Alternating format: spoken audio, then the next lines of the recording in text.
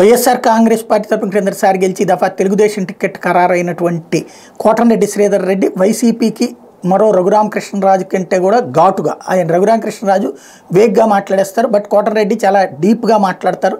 Touch చేసే విధంగా attack చేస్తున్నారు. వ్యాపారులు కష్టపడి వ్యాపారాలు చేసుకుంటుంటే వైకాపా నాయకులు వాటిని లాక్కొని కుటుంబ ఖర్చులకు డబ్బులు ఇస్తున్నారు. సిలిక ఇసుక క్వార్జును దోచేస్తున్నారు.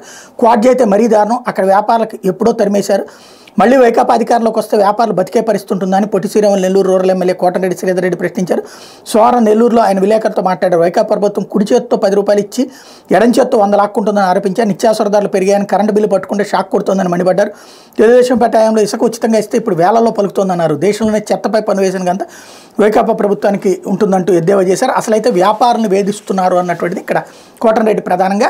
వాళ్ళకి అక్కడ తన నియోజకవర్గంలో వ్యాపారులు ఎక్కువ కాబట్టి వాళ్ళకి అండగా ఉంటున్నాను, తెలుగుదేశం వస్తే బాగుంటుందని వాళ్ళని తన వైపుకి తిప్పుకునేటువంటి ప్రయత్నంలో స్ట్రాటజిక్గా నడుస్తున్నారు.